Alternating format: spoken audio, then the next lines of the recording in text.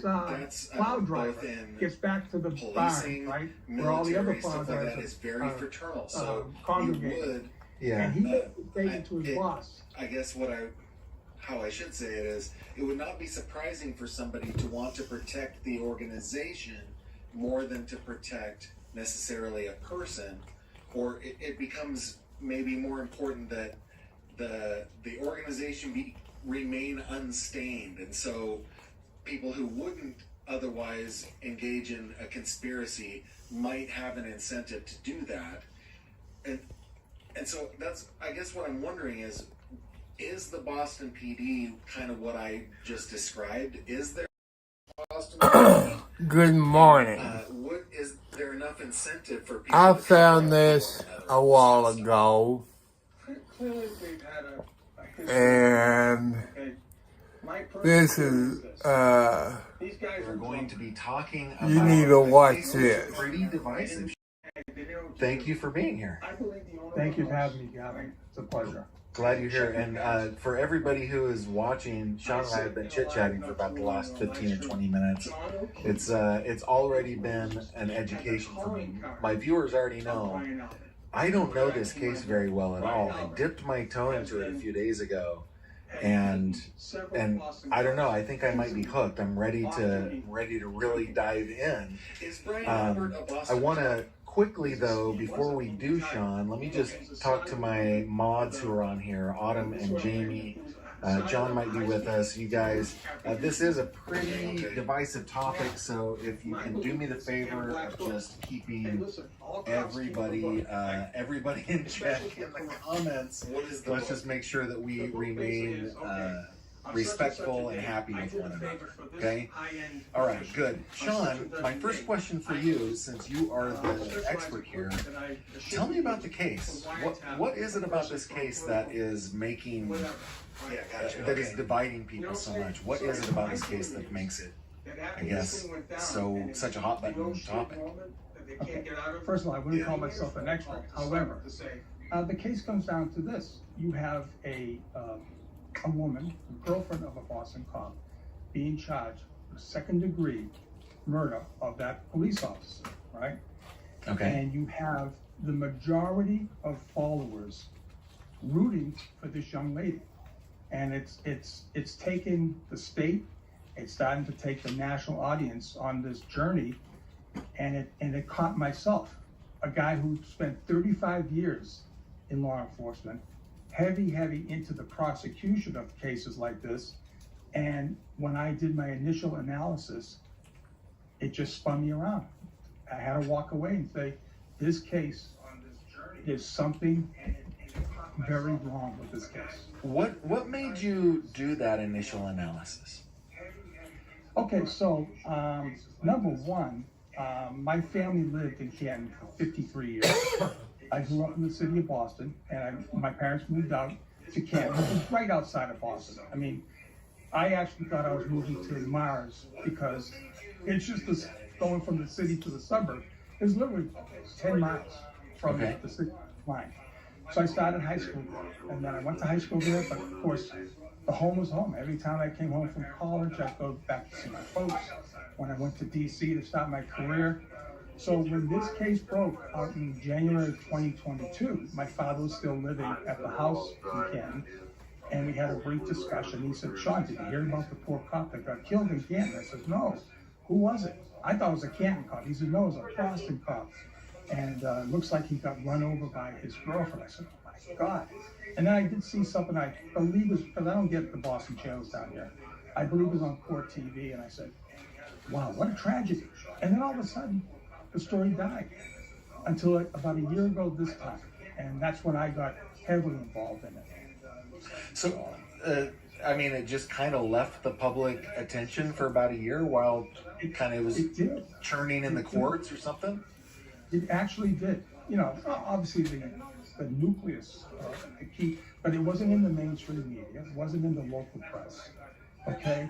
And it just didn't seem to get any true traction out there. Anywhere at all. What changed a year ago? So, about this time a year ago, okay? It was a local guy up there by the name of FBI's looking into this, people. Listen to this. It's about an hour How I of it. got into it, but He's a former DEA agent, CSI guy talking. And like I said, I know all about him now, but his thing was he would go on Tuesdays and Thursdays and Saturday nights, and he'd do these current, like he would do stories that the mainstream media wouldn't do. Like he broke cases against the Mass State Police, 2 or 3 cases like that. He just was this guy that just did he dug around and dug in, had great sources. Yeah, he had great sources because he had great sources. And he broke this story. And is this just like an amateur, like sleuth kind of a guy?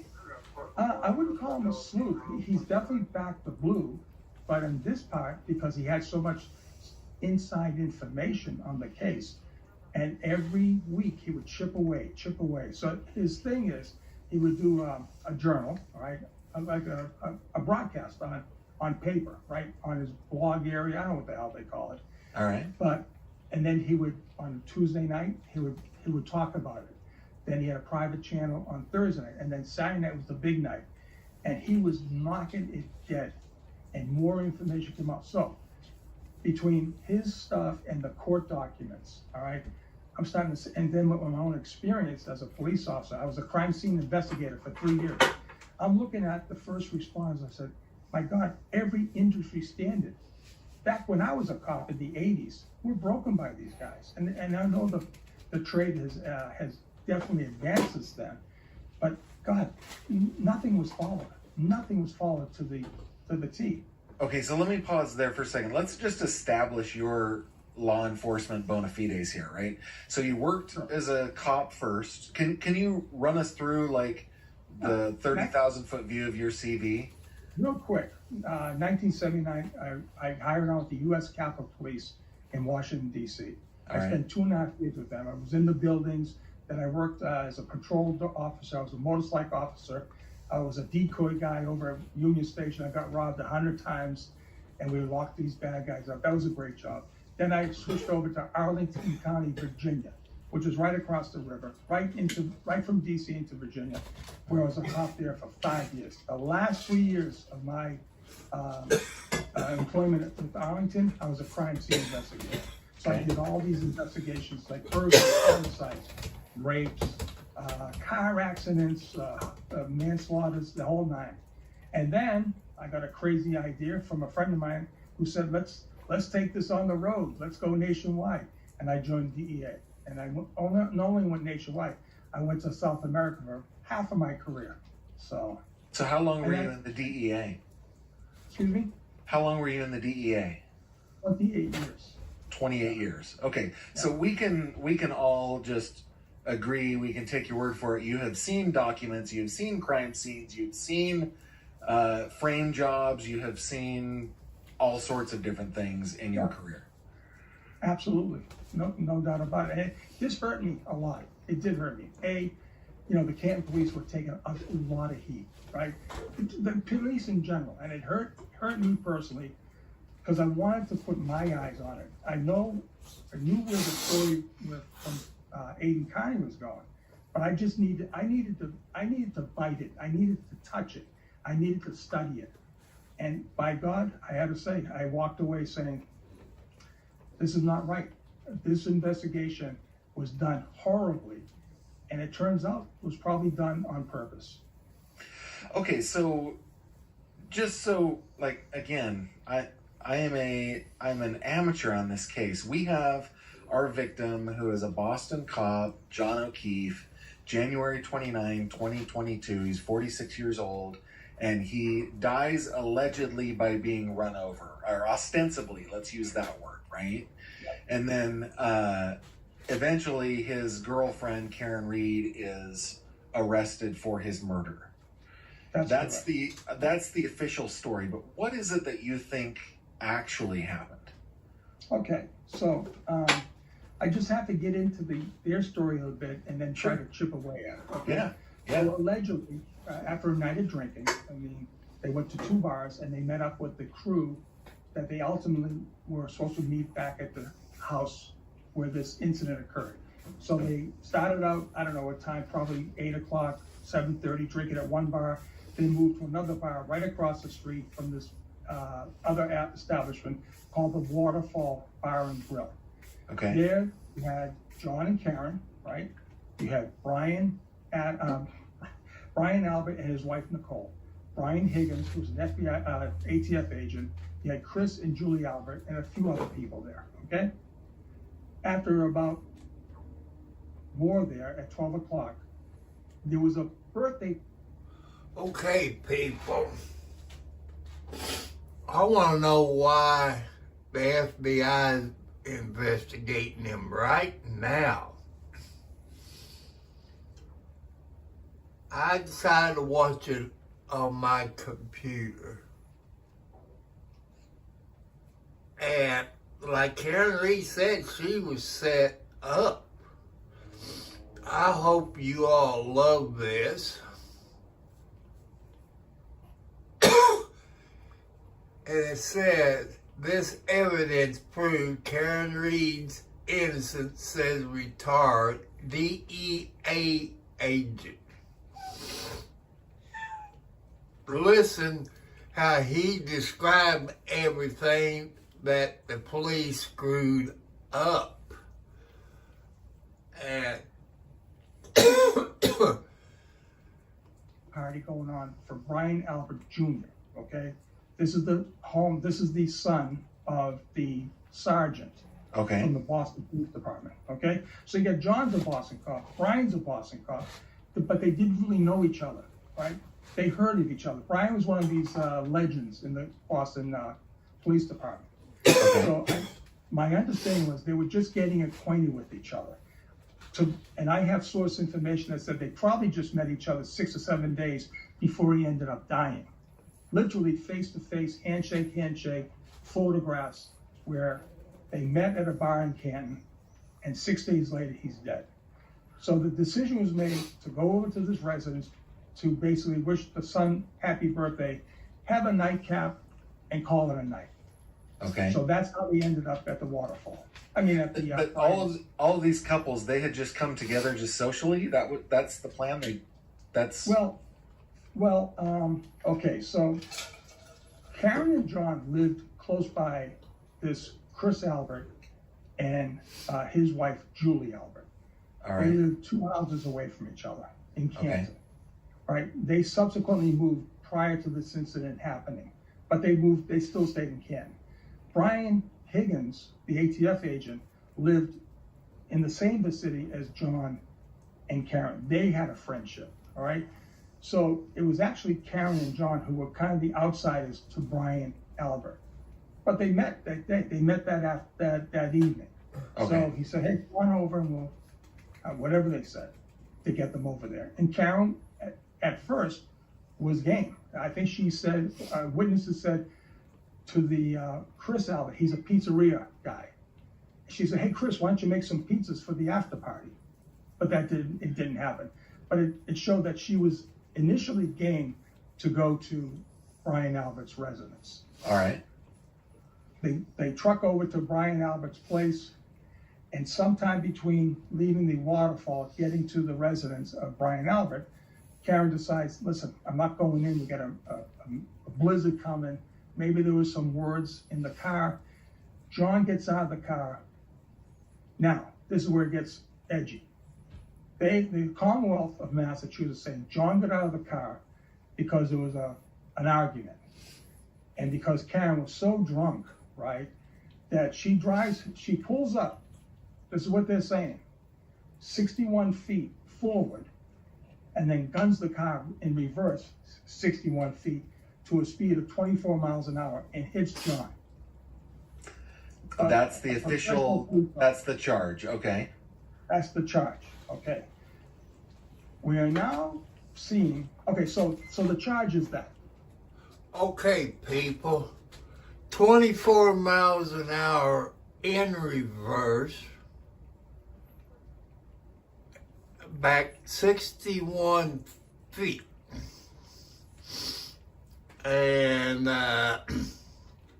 it's impossible to drive 61 feet backwards at 24 miles an hour without screwing up.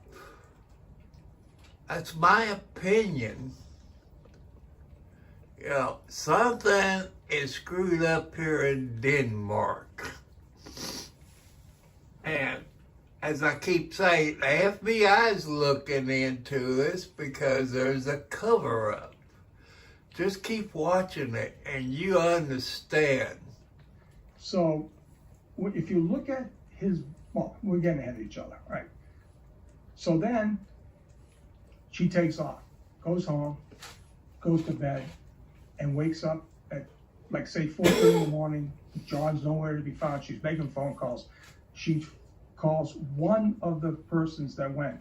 Her name is Jen McCabe. She was at the party too. I forgot about her. I don't know how the hell I forgot about her. Jen and Matt McCabe were at the waterfall too. They ended up at the party. And she calls up Jen McCabe and she says, Jen, John's not home. Do you know where he's at, right? Now, instead of saying to Karen, no, he should be with you because you guys never came in, she says, hold on. And she puts the phone down, calls another person, okay? Then she calls Karen back. And the plan was made to go out and find John. So at 5 o'clock in the morning, Karen departs. As she's leaving the garage, she backs into John's Traverse. And that is the video that we watched from, like, News Nation. You were on News Nation. Right. Yeah, okay. Exactly. And she takes off. And then she, in Karen's statement, she's closest to the bars. So she went back to the bar area just for whatever reason. She went back to the bar area. Listen, she's distraught. Probably had a few cocktails in her at this time, right? Probably maybe a little, you know, I want to say hungover, but, you know, a little foggy. Yeah. She looks around. The two bars are close to each other. And then she beelines it all the way across town to Jen McCabe's house. At that time, Jen McCabe is there with another friend who is not at the party. But the other friend, her name is Carrie Roberts, she knows John from back in high school. They went to the prom together. They used to live in the neighborhood together. It's very convoluted. I'm trying to get there in 10 minutes. Yeah, no, that's fine. So here's the crazy thing. So Jen and Karen get in Karen's car. Jen's driving Karen's car.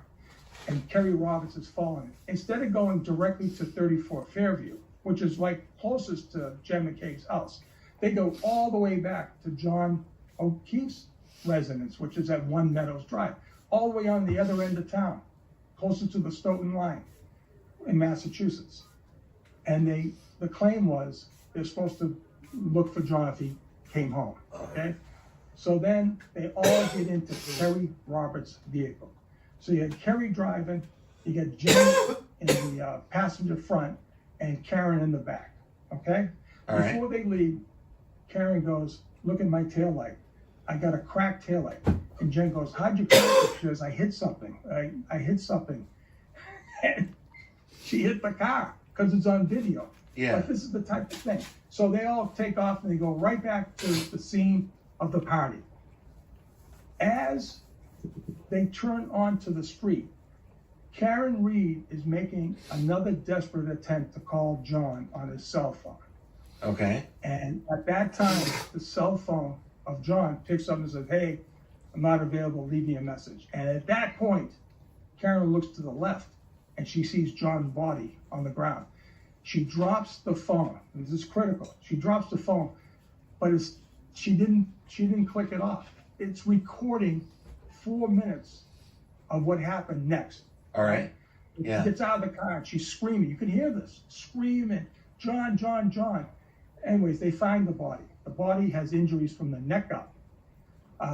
His hands are swollen, like they have boxes, fractures. The back of his hands are all bruised up. He's got, looks like a broken nose. He's got black, his eyes are swollen and black and blue. He's bleeding from the mouth, right? And they try to do CPR. He's covered in blood and vomit, all right? And they try to do CPR. Jen McCabe gets on the phone and calls 911. The cops get there, and then the next thing, the EMS gets there. People, I think I'm the very first one to bring this to you besides Gavin Fish. I want to thank you, Gavin Fish. Everybody go to his YouTube channel, subscribe to it. I don't remember them playing the cell phone call that she made to Officer O'Keefe. Do you all remember this as this DEA agent, CSI expert? You know, I told you, reasonable doubt. Take your all notes and ask questions to yourself. The person who uncovered this was the Turtle Boy from day one. So let's get back to it. Informant, all right? And they try to do CPR. Jen McCabe gets on the phone and calls 911. The cops get there, and then the next thing, the EMS gets there, they work on John, they take him away, and he's now at the hospital. So, the Canton cops were the first ones on the scene. Was he alive there? According to the first responder, he was unresponsive and not breathing. Now, they're doing CPR, you know, allegedly the Commonwealth says he's out there at 12:30 to 6 o'clock. If he's in 15-degree weather for that long, he's not going to be alive, right? But the other theory is a little different.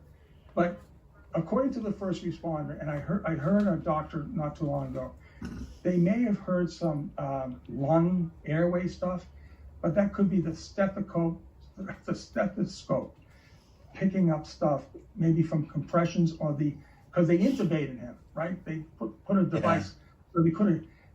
Personally, I'm thinking he was DOA on the scene, but in Massachusetts, they have to get a core body temperature, and they have to warm it up to pronounce the decedent dead. That's strange. That was a big thing.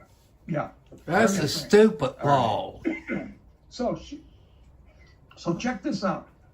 John's gone now. Starting to get bright. The Canton cops start searching around the area. They find 6 droplets of blood. Listen to this. And instead of collecting it like most people do, put it in a nice clear glass, like glassine tube, right? Test tube. Preserve it. They scrape it up and put it into red Solo cups. Hardy red Solo cups. Now you are a former CSI, so you this is not standard procedure. Absolutely, it was crazy. Make sure you share this with your friends. We need to get this out. Back when I was on duty, right? Mm-hmm. If I saw, this is the thing you have to understand, Gavin. When cops got on the scene, John had no winter coat on. He had one sneaker on, and he's lying out in this snowstorm that's going to be turned into a blizzard, right? Yeah. Now, my thing is this: why didn't the cops? Let's forget about a search warrant.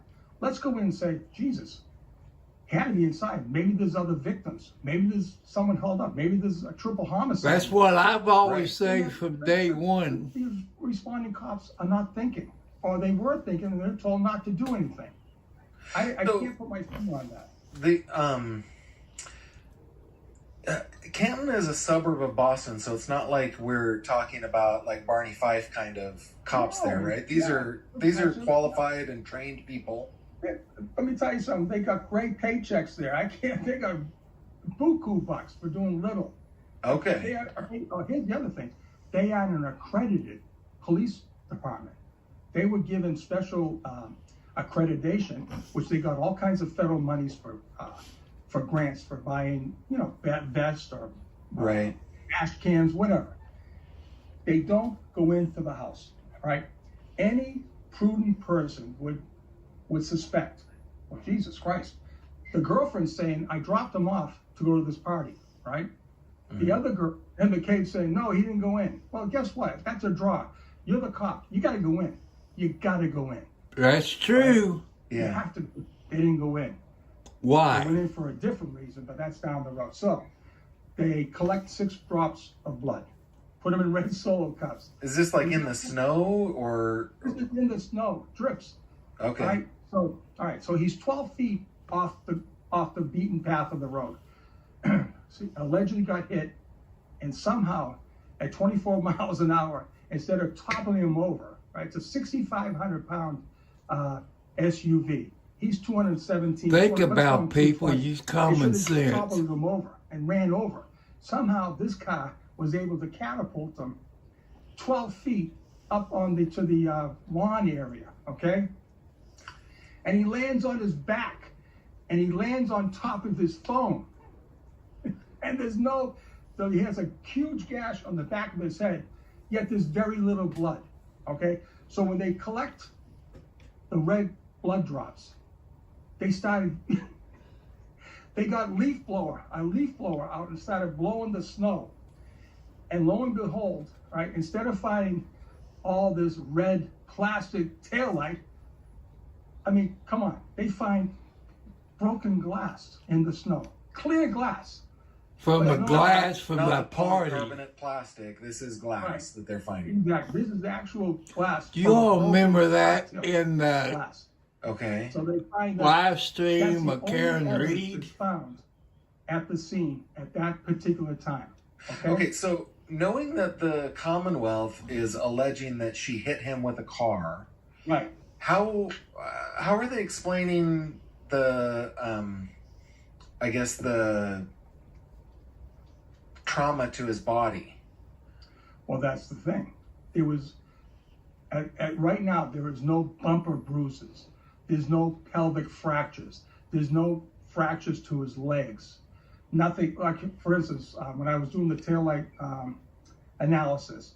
So he's 6'2", that taillight juts out 5 inches on the corner. That would have hit him straight into the sternum. If it was they try to allege it was a glancing blow, right?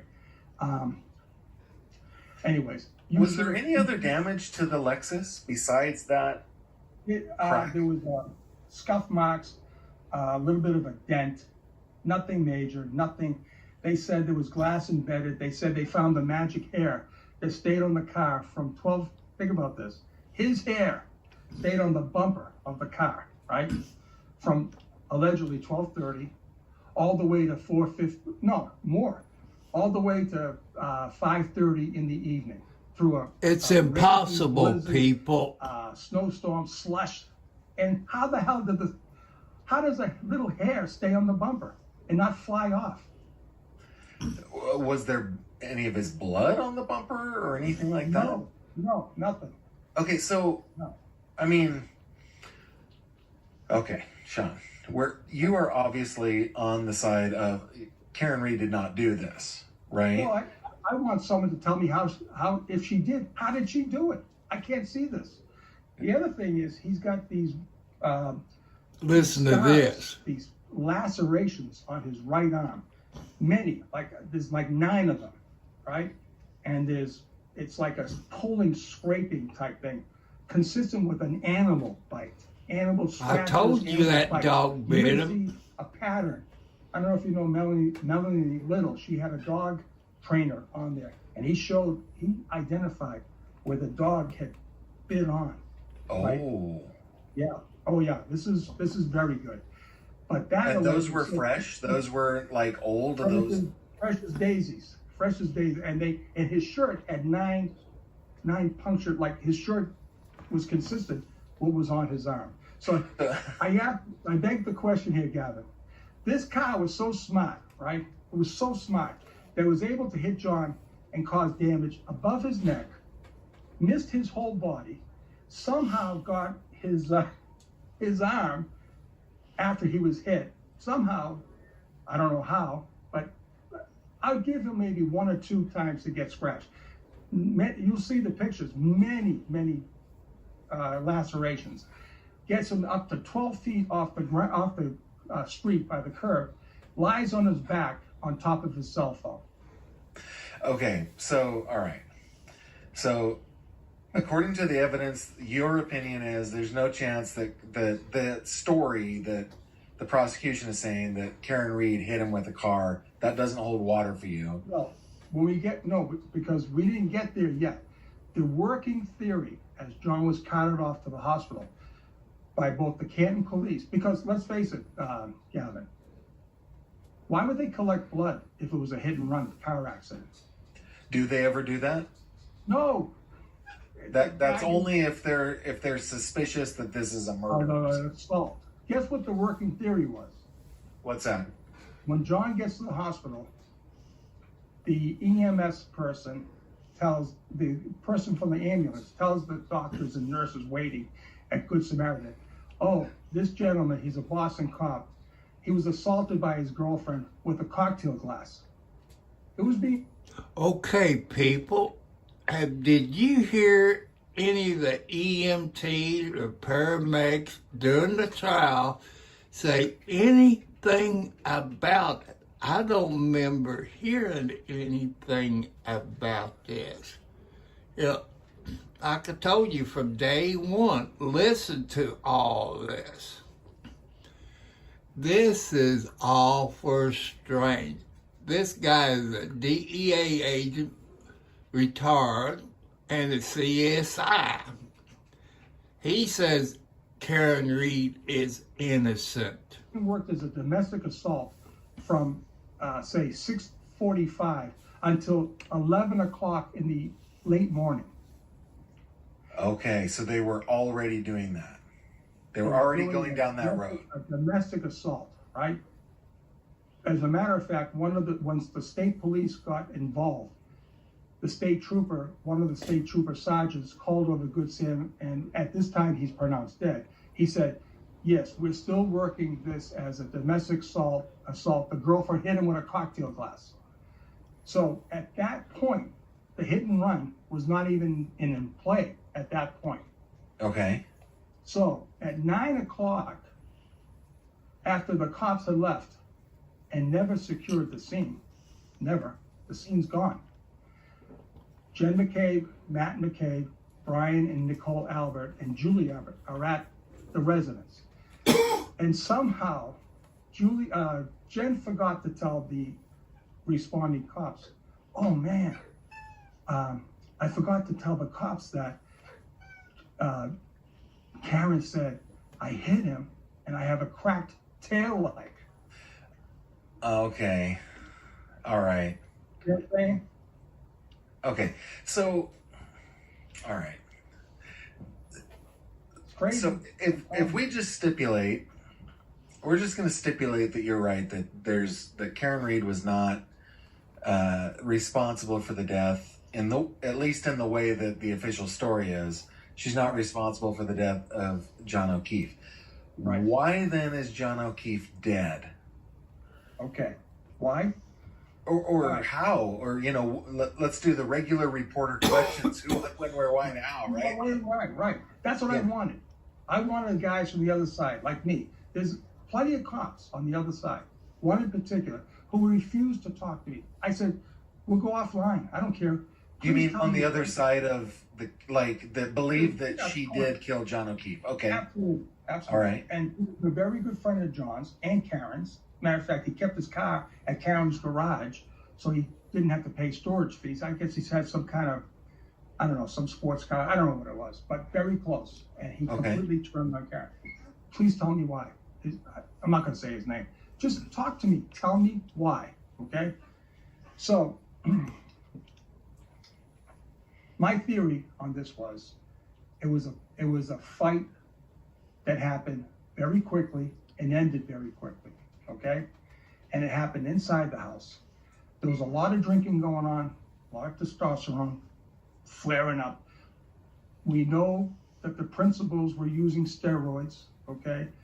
Maybe had some aggression from there. A little roid rage, yeah, okay. Little roid rage. Maybe John came in a little pissed off at Karen. Who knows? People got excited. But there has been source information that said when John came in, they were immediately engaged in a fight, okay? and it ended up down in the basement. So there could be a couple reasons how he got the gash, almost a 2.5-inch gash on the back of his head. You could actually see into the skull. That he maybe toppled down the stairs, did a free fall and hit his head on the last step, or the fight continued down there, and that's where he succumbed to being knocked out, okay? Another source that one of the people in the house said that once he got up, after 20 minutes, he came conscious, started convulsing, threw up all over the place, and hit his head backwards on something, didn't know. Said blood was everywhere. They killed him. She had nothing to do with it. It's uncorroborated. But there is something that I forgot to tell you. All right. There was no evidence linking Karen Reed to the scene other than an eyewitness that dropped John off, okay? She and John were followed down by a guy by the name of Ryan Nagel. He was in the passenger seat, some guy. They arrived at the same time. Okay. Now, he's texting his sister, who's in the house at a party, wanting to know, are you coming home? And she comes out and says, no, I'm going to stay. At that time, the theory is that John went into the house, all right? He dries up a little bit and looks at Karen. She's looking straight. She's got her hands. He says this, 10 and 2 in the wheel, dome lights on. John is nowhere in the car or outside the car. So where the hell is John?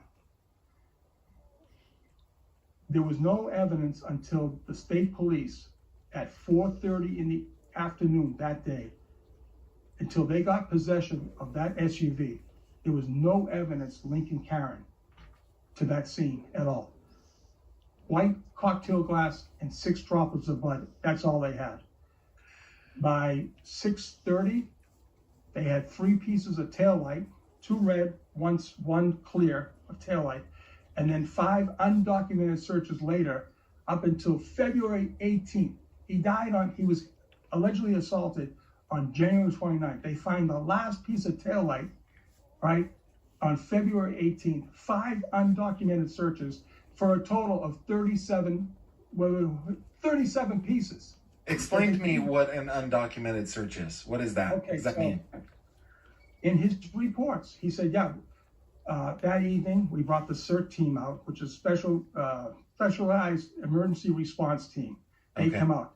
And they're not crime scene people. They do searches for missing people in the woods, that type of stuff, drownings, right? I don't remember none of this at a trial. Oh my God. Do you all remember? Huge chunk, remember, a large piece in the snow, right? There's pictures on a snowbank. At the scene where John was found? Yeah, right near John's body. Okay. Yet it wasn't there at 6 o'clock.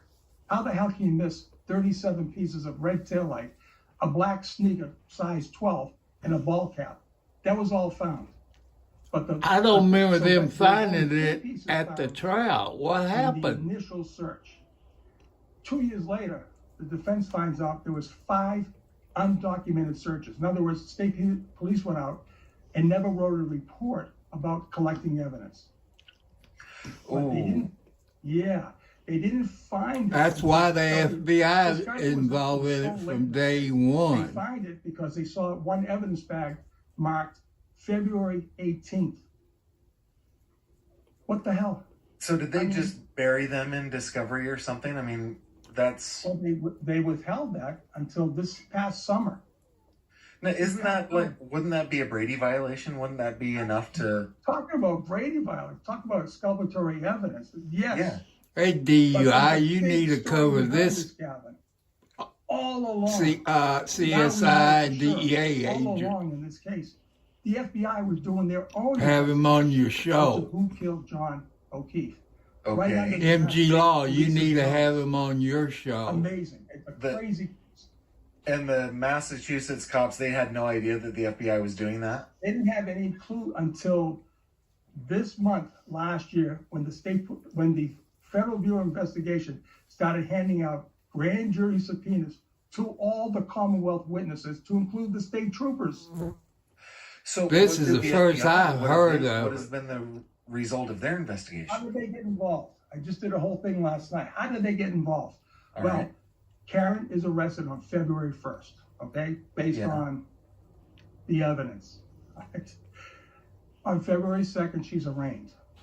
On February 3rd, a mystery person evolves and knocks and goes to Davy Yannetti, her attorney of record, and says, his name is Steve Scallon. He walks into Davy Yannetti's office in Boston and says, your client is innocent. John O'Keefe was beaten by Brian Albert, his nephew, and he got bit up and attacked by the German Shepherd. That's why they got rid of the They had a German German Shepherd Shepherd. dog in that house. Oh yes, yeah. Yes. Was it a police dog or was it It was not a police dog, but we found out there was a vicious dog because he bit 4 people, right? Okay. I don't want to get ahead of it because I know I'm going to blow your mind away, right? All And he right. said that he was dead in the basement. He threw up, he was in convulsions, and they put him on the street.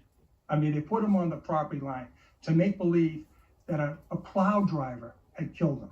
Okay? Listen to this. All right, so Okay. now this is crazy. Now, Steve Scallon was not there. Clearly, for him to have this knowledge, somebody inside the house who had firsthand knowledge had to tell him. Had to have right? told him, yes. He's extremely good friends with Brian Albert. Extremely good friends. They were deputy sheriffs together at the Suffolk County Sheriff's Office, which is Suffolk County's primary Boston. That's the county that handles Boston. Yeah. I believe they may have been in the service together, Gulf War time. They were sparring partners. Brian's a big MMA guy, I guess. And so that would be a very hard take on his part, but something got his conscience. So Yannetti wanted him to sign an affidavit. And he freaks out. He freaks out. He said, no, I'm not going to involve. So, yeah, it's pretty. But real quick before we gloss over things, okay. So he has lacerations and bruises and injuries consistent with being in a fight. His knuckles are he's been in a fight. He's got bite marks from a dog. Yes. Consistent with dogs. He's been beat about his face, and one of the people in the house is a trained fighter. Yes. And there's a German Shepherd dog in there. Yes. All right. And somehow the Commonwealth charges Karen Reed with hitting him with her car? How does this happen? So it gets better. It's really better. All right. The dog disappears. They say it got rehomed. Oh, the dog. I say they It's put gone. the dog down. We need The to house- find out what the happened basement to the gets dug German up. Shepherd. Gets hold of the slab, the cement slab gets dug up. Evidently, What? there must have been a lot of blood gets seeped into the concrete. That gets dug up. And the house got sold for $50,000 in an incredible seller's market. They sold the house for $50,000 less than market price. And they got out of Dodge. Yeah. Why did they do that? Gavin, I told you, we could be here forever. This case. What would be the purpose of? No, like that. That's just another ring in this 3-ring circus. I probably should leave that one alone. But the what I'm wondering is, okay, so let's say the theory is correct from this guy who comes into the attorney's place, right? Right. John was beat to death. He was bit by a dog. Right. He goes into convulsions. He's thrown outside, and they're going to try to make it so that a plow driver takes the hit for him dying in the cold, Right. basically, Cremated right? accident. That was option 1. Okay. What was Karen option 2? I think Karen was option 3, because I'll tell you another little tidbit. All right. Okay, what was about the option? about the plow driver. All right. All right. There was false information that said a plow driver told sources at around 4:30. We heard on the radios because they started plowing. All right. And there's another thing. There's a pedestrian down on Fairview Road, Drive, whatever the hell it is. And so the theory then was that if someone says there's someone down the road, that someone else would call the Canton cops, and they would make an inadvertent discovery of John. Okay. Right. No one called the cops. All right, so this plow driver gets back to the barn, right, where all the other plow drivers are congregating. Listen. And he makes a statement to his boss, and he said, "Hey, whatever happened to the pedestrian down on Fairview Drive?" And the boss allegedly says, "You never heard that, and if you ever tell that story again, you'll never have a job with me." And the boss is a Canton police officer. He owns a landscaping. All these cops had other jobs. Oh, yeah, okay. All right, so listen. Tell me about, like, okay, we were discussing this on the last live stream that I did where I covered the video that you did on Banfield. And in the comments, people were talking about Boston being just a corrupt place, right? Tell me a little bit about that. Well, first off, okay. I don't want to go in like this huge circle, but like there are conspiracies in this world. That is why there are anti-conspiracy laws, because they happen, right? So it's not nuts to believe that there are conspiracies that happen here. And then add to that a very fraternal organization that is designed that way. And that's both in policing, military, stuff like that. It's very fraternal. So you would, how I should say it is, it would not be surprising for somebody to want to protect the organization more The good than old to protect boys. necessarily a person, or it becomes maybe more important that the organization remain unstained. And so people who wouldn't otherwise engage in a conspiracy might have an incentive to do that. And so that's, I guess what I'm wondering is the Boston PD kind of... Okay, people, can't the FBI or somebody find out what do they do with that concrete? If they can find it, would that concrete have blood on it? Or do they have a concrete truck to bring the concrete in to replace the floor? You know, there's some questions that needs to be answered here. What I just described, is there corruption in the Boston PD? And is there enough incentive for people to cover up for one another on this kind of stuff? Clearly, they've had a history of corruption, okay? My personal theory is this. These guys were drunk. Fight happened. An oh shit moment happened. They panicked. They didn't know what to do. I believe the owner of the house, right, has a checkered past, right? I said in a live not too long ago, a live stream, John O'Keefe, his bruises, had the calling card of Brian Albert. And what did I mean by that? Brian Albert has beaten several Boston cops physically, off-duty, drinking. Is Brian Albert a Boston cop? He retired. He was a sergeant of the, and this is where I'm going to end. He was a sergeant of a high-speed fugitive apprehension unit. Okay. Okay. Now, my belief is he had a black book. Hey, listen, all cops keep a book, right? That's Especially if they're true. corrupt. I know a few. The book basically is, okay, on such and such a date, I did a favor for this high-end official. On such and such a date, I used specialized equipment that I shouldn't have used to wiretap a person for a political whatever. Right? Yeah, gotcha. Okay. You know what I'm saying? So Yeah. my theory is that after this thing went down and it's the oh shit moment that they can't get out of, Yeah. he made a phone call to someone to say, if I go down, we're all going down. So somehow the wheels were put in motion between 1 o'clock and 6 o'clock. Enough calls were made. And I believe that's really how the FBI got involved. Because I believe they were already on either a public corruption case or another investigation in that area. Because let's face it, Gavin, the feds don't investigate hit and runs No, they or don't. domestic assaults. Yeah. You know, even though it's a Boston police officer, right?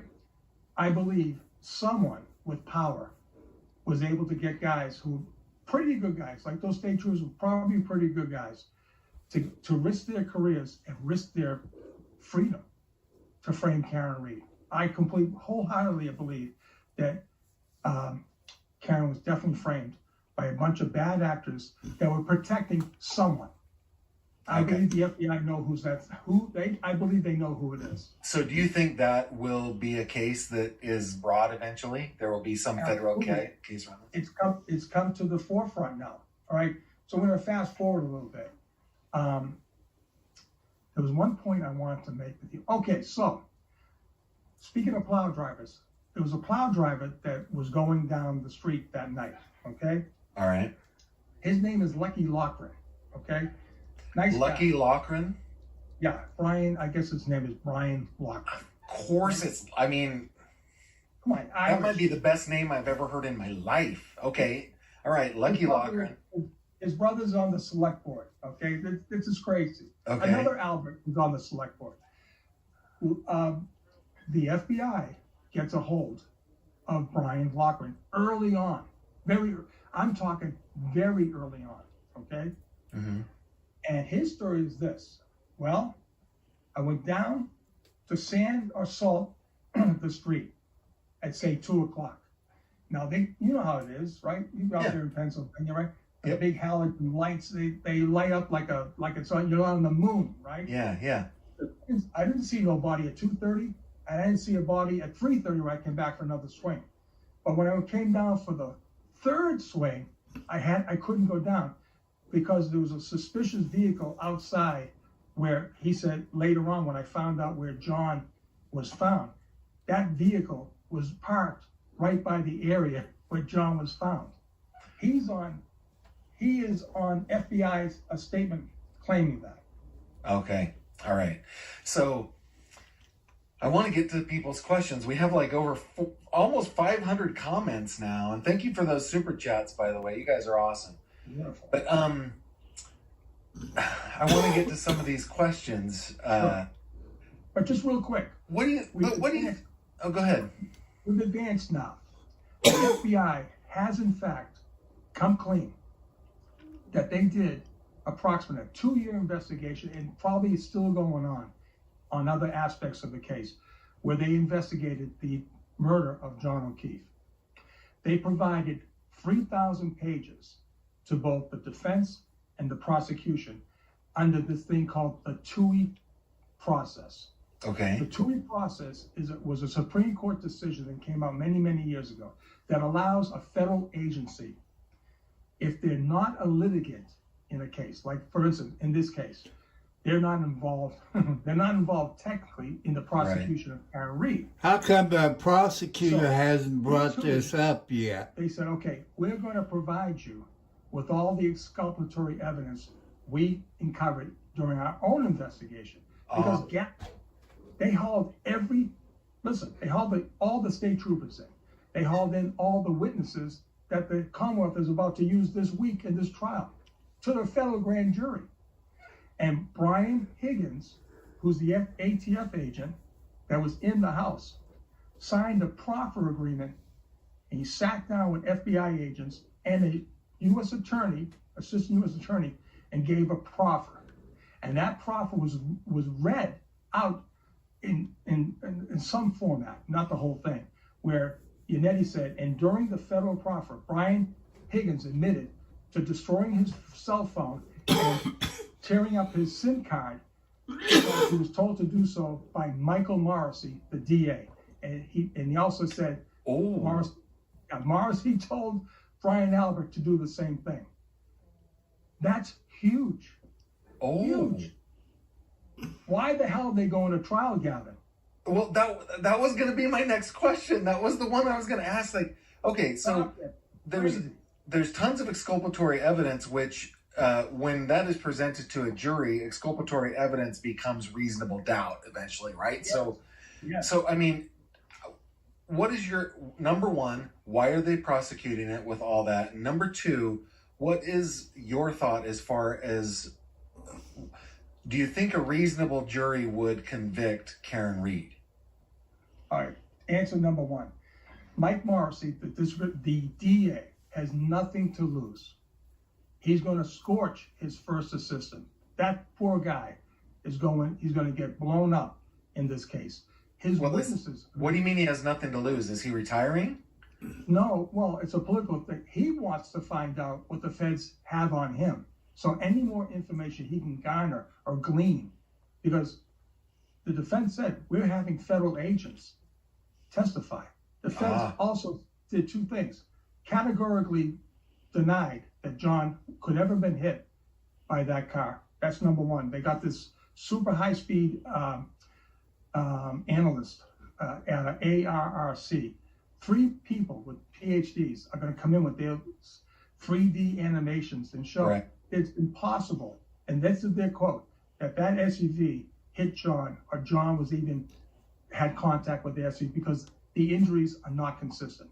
That's going to be brought up. And then the FBI lab in Quantico, Virginia, searched Jen McCabe's phone, and this is the other part, at 2:27, long before John was found, and after she got home to her residence, she Googled how long to die in the cold. Oh, come on. Oh, I'm sorry, Gavin, there's so much. I should have told that earlier. Oh, criminals are so stupid, man. Why are criminals so stupid? Oh, goodness. I Stephanie, agree thank you very with you much for that super 100%. chat. It's amazing. She's always around. Stephanie, I see her all the time. She's great. Stephanie's on this case. Nice. Okay, so the DA is gonna scorch his assistant in order to get as much information as he can. Now this DA, I mean, I'm guessing that he's thinking he has a career ahead of himself, right? Well, career, he's been there forever, unopposed. He goes to elections unopposed. Oh, he's a that's the problem. Democrat in that area, right? Yeah. I see they're going to have a new let's get couple of these prosecutor on comments the here. next Crazy Cat election. Lady says, Gavin, you are still naively innocent. I will wear that as a badge of honor. They are lying to you. Don't become corrupted. Let's see if there are any. I love him. Yeah, let's see who's here. Let's see.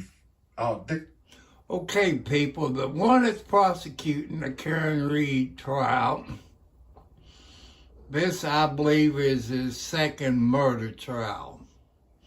The first one, they found the person not guilty because he's a screw-up prosecutor.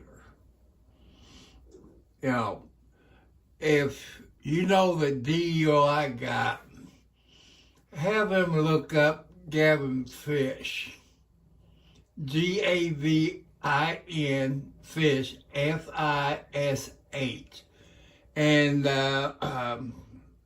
NG Law. You need to cover this and have this guy on your channel too.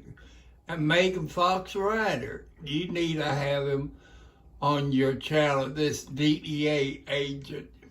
Or just so okay. No investigation on who was driving the Ford Edge. What is Jenny saying about the Ford Edge? Who's Jenny? Jenny Smith is asking, no investigation. So that's the thing. Whose car? Okay, so this comes from Lucky Lochran. He thought it looked like a Ford Edge. He thought it could be similar to what the Alberts have. Now, the funny thing about this is, I became very prominent during the summer. I stripped down my identity. I said, yeah, that's me, Sean McDonough. I'm a DEA agent, supervisor. I have stake in this game. It's home. This hits home for me. And people, Gavin, my right hand God, my phone never stopped ringing. Tips, sources, crazies, the whole thing. One said, Sean, have someone go to the house near Kevin Albert. He left at 2:30 in the morning, and he has a tan-colored Ford Edge. And so it lines up with poor Lucky saying that Lucky, the car that prevented him from doing his third pass, his salt pass, could have been a Ford Edge. So here's the other thing. The theory is that they used, because this even gets better, All The right. theory is that they used the forward edge as cover so they could drag poor John out and place him by the 12 feet away from the curb. Because, you know why? Because the deputy chief lives directly across the street from Brian Albert. Deputy chief of Canton PD, and his ring camera, amazingly, didn't work that night. Shocking. Shocking. Oh my goodness. I told Okay. you, Gavin. I told you. I told you there's a cover up. You have to get into this case. I have to. Okay, Autumn is saying, Lisa, Gavin will get to your question, but I need to find Lisa's question here. Lisa is saying the Google search at 2:27 a.m. Is that's what you're talking about, right? That's it. Lisa. Yep. All right. Man. So there's a lot Oh, of controversy Lisa. about that. But the FBI is Celebrite. This is the data. This is the software that found this information. All right. FBI and Celebrate are tied at the hip. And there's no doubt about it. She made that search at 2:27 a.m. Goodness sakes. And she knew it for 10 years. She knew John for 10 years. And I've got the tape. If you ever hear the part where the phone picked up the 4 minutes of the voicemail, she calls the Canton police, and she's like this, talking like this. Yes, I'd like to report a man down in the snow, passed out in the snow. You hear Karen screaming at the top of her lungs, and this woman is just, he's.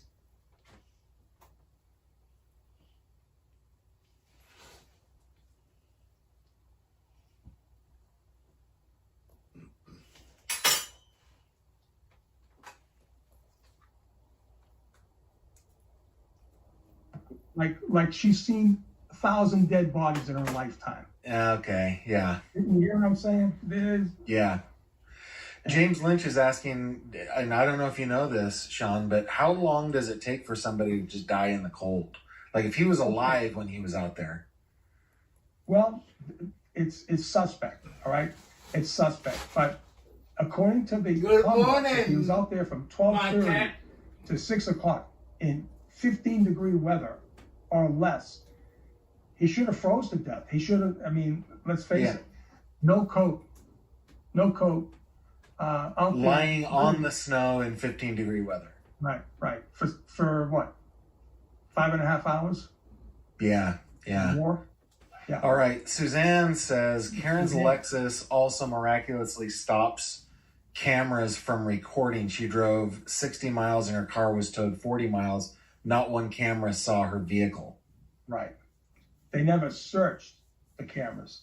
See, the cops never went out of their way to look for other cameras along the route she took to show the right side of her car, right? Where the taillight would have shown, right? I'm going to tell you, Gavin, I see all the same people, all different streams. Suzanne is a great. Do you know Suzanne? Do you know all these people too? No, these are all new to me. These are all new folks to me. Great. And by the way, just for my viewers, Sean has his own YouTube channel. It's. Can you tell us where to find you on YouTube? I'm, I guess, youtube.com at S.A. McDonough. And if you just search Sean McDonough, it comes up first thing, right? Or it's called Going Through the Motions. Okay, I'll put a link after this. At S.A. McDonough. Yeah, and if you go to Twitter, you'll find him under Sean El Jefe McDonough. That's at Leopardo 8. Leopardo 8. And listen, being somebody who lived in South America myself, I am curious. I am so curious what Spanish sounds like. Like in Peru, they're probably speaking Castellano, right? So what is Castellano? What does it sound like in a Boston accent? Tell me. Oh my God. Okay. Well, no, I had to speak in different dialogues when I was in the jungle. Como te llamas? Don't understand llamas. But if I go back, so I was in the jungle, then I go back to Lima. I say, como te llamas? Right. Las calles. Because the people in Lima are very refined, and they speak like they have a mouthful of S's. Now, they couldn't say my name, Sean, because you know, Oh, no, S8 no. is not one of the. They call me Schwan. I said, just call me Juan. I have this funny story where, like, when I was living in Argentina, people call me by my last name. They'd call me Fis because they can't say fish, right? So, but in Cordoba, right in the middle of Cordoba, Argentina, there is a shopping mall that is called Cordoba Shopping. It's an English word. Everybody can say Cordoba Shopping, right? Yeah. So I would say, just say fish shopping, and then they would go fees shopping. Yeah. They just couldn't do it. So I would say, like I did when I was a kid with the nuns. The nuns call me Cian, right? Cian. I have a girl with Sean. I say, do you ever hear of the actor Sean Connery? Oh, Sean Connery. I said, that's me. That's Sean Connery. And then the next day I'd see him, hey, Schwan. That's funny. That is funny. Let's see. Casey says, ask about Proctor and butt dialers. I'm afraid to ask, but. Oh God. Okay, so this doesn't really have to do with Proctor. It had to do with Brian Albert and Brian Higgins. Okay. Now the story was they never talked to each other after they left the party. Brian Higgins left at 1 o'clock in the morning. Brian Albert went to bed. They never talked. Well, when they got to the grand jury in the federal case, lo and behold, the feds had all the cell phones, right? Right. And they showed that at 2:22, right, 5 minutes before Jen McCabe was doing her little thing, there was a 22-second phone call between Brian and Brian. And their excuse was, well, it had to be a butt dial. Had to be a butt dial. Yeah, okay. Had to be a butt dial. Well, you know, Brian's testimony, the Higgins, I was sound asleep and the phone was on my night table. Brian Albert saying, I was having an intimate moment with my wife, right? And then these people, they went crazy showing how Brian had a butt dial making love to his wife. Oh, dear. And the other Brian's somehow got his butt up onto the night table. I mean, this is the fact that we're even talking. It's ridiculous. Yeah. It is. Yeah. I'm saying Okay. We got one more super chat. Deanna Bellina says, what about the missing Sallyport video and library video? Oh my God. All right. Well, the Sallyport, this is supposed to be their thing. Sean, we're going to crucify you. There's going to be evidence coming from the Sallyport video that's going to show that SUV was not, that taillight was not smashed inside the Canton Police Department, right?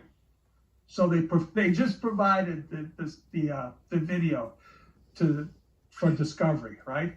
Okay, what is a Sallyport? What is that? Well, Sallyport, that's where the Canton Police have their garage. Okay. A couple bays, okay, for cars and all that stuff. So this big thing that came out in the hearing the other day.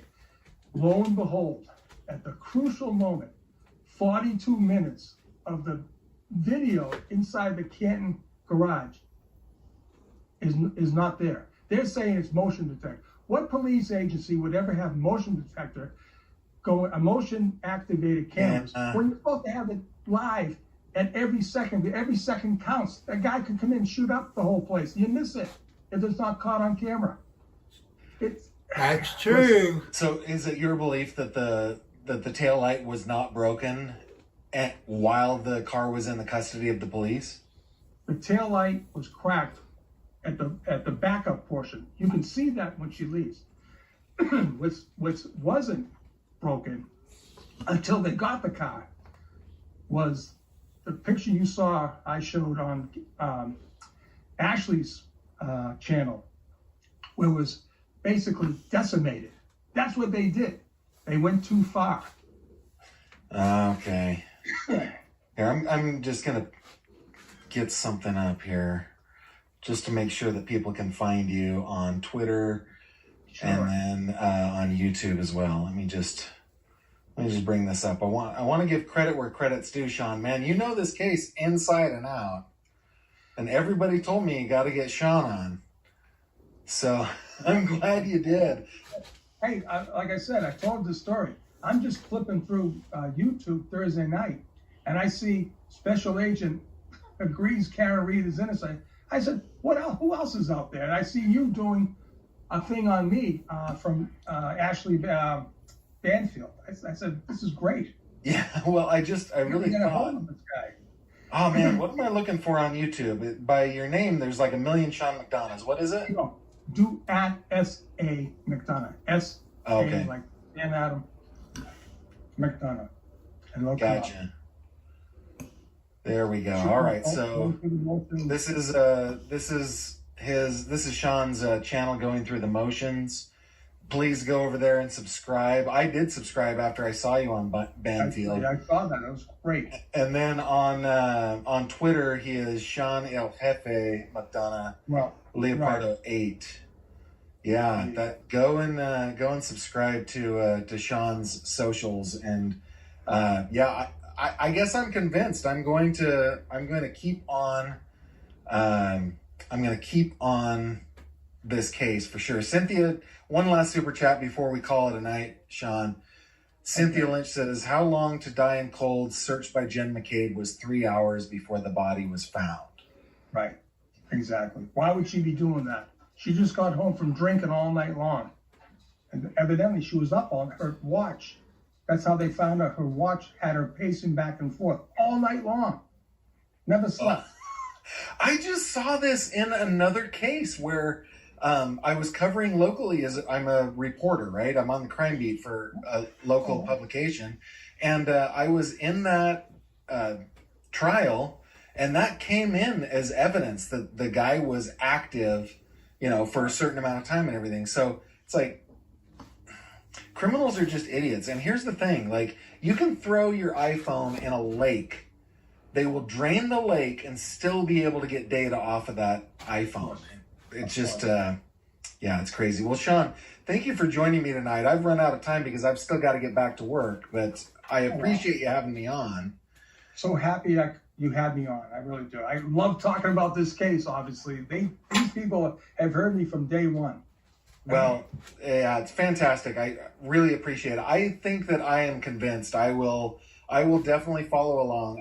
If anything, though, what I'm hoping is that the justice system actually works, right? Yeah. If there's all this exculpatory evidence, actually, my position would be that even if she is guilty, if all of that exculpatory evidence exists, a jury should find reasonable doubt in that, especially when there's prosecution, like any type of Brady violation. It just pisses me off, man. Play fair, play nice, make sure that the justice system works. We're just hoping for a complete acquittal or a dismissal with prejudice, because she should never, ever, ever have to face anything like this again. Ever. Ever. Yeah. All right. Well, with that, guys, thank you very much for joining me tonight. Sean, thank you for being here. And guys, I will see. I'm not sure what case I'm going to be on tomorrow, but I will likely be back tomorrow. So if you haven't subscribed to the channel, please do. I'd really appreciate that. Anytime you want to reach out to me, you can do so on my website, gavinfish.com. You can also see this little fishy up in the corner there. You click on that and you will find the Fish Tank, which is our Facebook group where we like to hang out with one another and talk about cases just like this. So please head over to the Fish Tank. And with that, I will bid you adieu. Thank you very much for being here tonight. Take care. Thank you very much for watching this video. People, I want to thank you for watching. God, for some reason, I guess God put this into my brain. And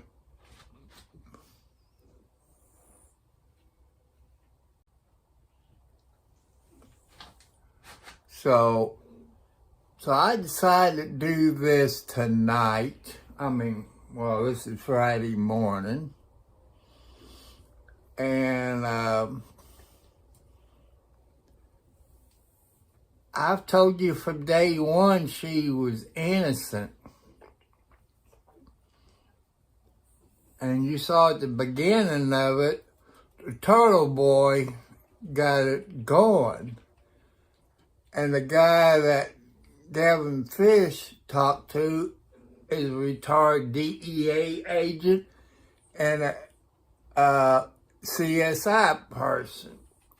He even said she's not guilty. So, like I said, don't rush to judgment. Some of you said she's guilty. And what, as I say, why is the FBI involved in it?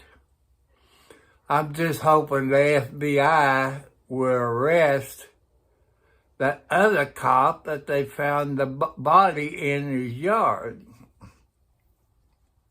And you all, make sure you share this video. I give you permission.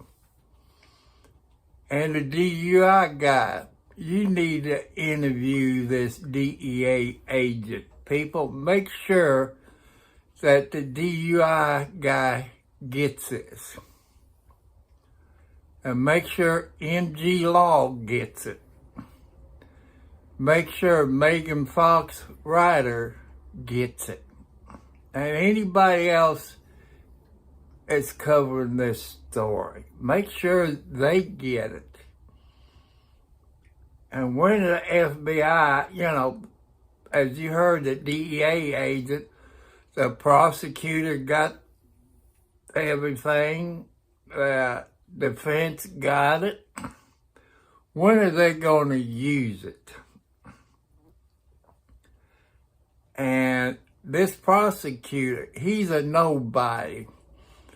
He hasn't got that many murder cases underneath his belt. I think this is his second murder trial, I believe. The first one that he done in a murder trial was found not guilty. I think the prosecutor, the guy's boss, is throwing him to the dogs.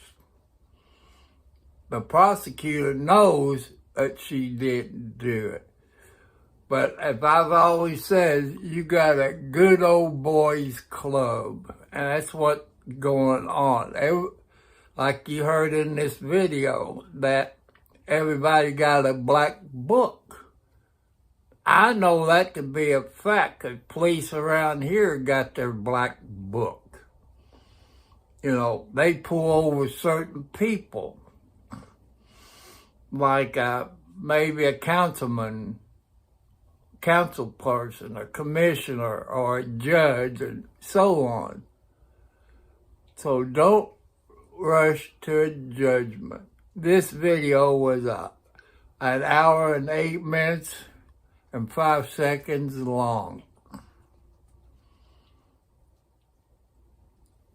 Take your notes. If you're watching it from home, take notes.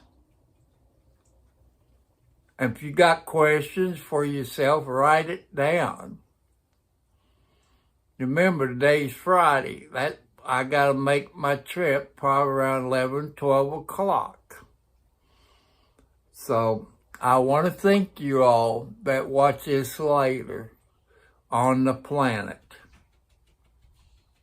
So God bless you, and thank you, God, for putting this in my mind to look it up on the YouTube channel.